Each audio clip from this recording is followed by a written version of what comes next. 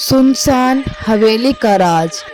एक छोटे गांव के बाहर इलाके में एक पुराने सुनसान हवेली थी, जिसके बारे में गांव वाले कहते थे कि वह रात में एक चुड़ैल भटकती है।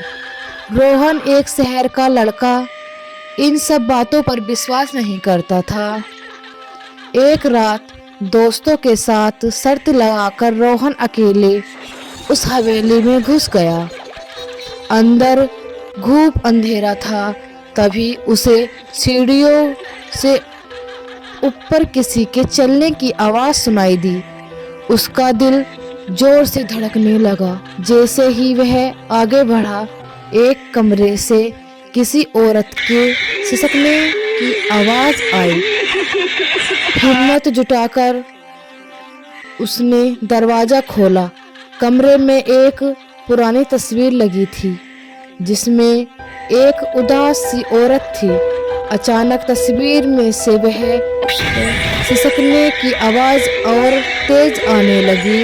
रोहन ने डरकर पीछे मुड़कर देखा। दरवाजे पर वह औरत खड़ी थी, लेकिन उसका चेहरा जला हुआ और आंखें काली थीं। वह धीरे धीरे रोहन की तरफ बढ़ने लगी। रोहन के पैर जमीन जम गई।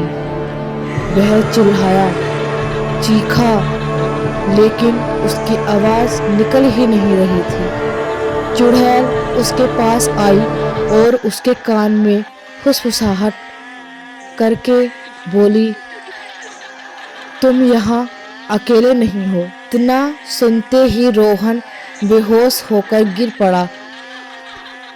अगली सुबह जब गांव वालों ने उसे हवेली के बाहर पाया तो उसका शरीर ठंडा पड़ चुका था और उसकी आंखों में हमेशा के लिए डर बस गया था। उस दिन के बाद रोहन की हिम्मत कभी उस हवेली के पास जाने की नहीं हुई और वो हमेशा डरने लगा।